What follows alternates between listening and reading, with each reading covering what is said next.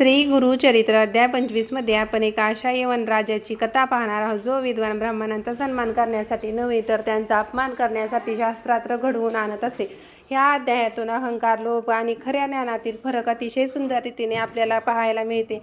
या भव्य राजदरबाराकडे पाहिल्यावर प्रथम दर्शनी वाटतं की इथे ज्ञानाचा सन्मान होत असेल, पण प्रत्येक वैभवाच्या मागे सत्य दडलंच असतं. या सिंहासनावर बसलेला यवनराजा विद्वानांचा आदर करण्यासाठी नव्हे तर त्यांचा अपमान करण्यासाठी शास्त्रार्थ घडवून आणत असे. जो खरा ज्ञानी असे तो निरर्थक वाद टाळत असे, पण काही लोभी लोक पैशाच्या मोहात पडून इतर विद्वानांना कमी लेखत असत. अशा प्रकारे राजा त्यांच्या अहंकाराचा आणि लोभाचा उपयोग करून त्यांच्याच फूट पाडत असे. आजही आपल्या जीवनात हेच घडताना दिसतं. काही लोक सत्य शोधण्यासाठी चर्चा करत नाहीत, ते फक्त स्वतःला श्रेष्ठ सिद्ध करण्यासाठी वाद घालतात. सोशल मीडियावर असो, कार्यालयात असो किंवा नात्यांमध्ये असो, जेव्हा संवादांचा उद्देश सत्य नसून मीच बरोबर हे सिद्ध करणं असतं, तेव्हा ज्ञान हरतं आणि अहंकार जिंकतो. एक उदाहरण घ्या. दोन विद्यार्थ्यांना समान ज्ञान असतं. एक विद्यार्थी शांतपणे शिकत राहतो तर दुसरा प्रत्येक ठिकाणी स्वतःचं कौतुक करत फिरतो.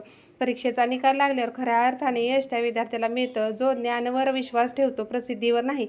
या प्रसंगातून आपण एकच गोष्ट शिकूया. ज्ञानाचा खरा अलंकार नम्रता आहे. अहंकारामुळे मिळणारा विजय तात्पुरता असतो, पण विनयामुळे मिळणारा सन्मान आयुष्यभर टिकतो. अवधूत चिंतन. गुरुदेव दत्त. श्री गुरु श्री दत्त. श्रीपाद श्री राज.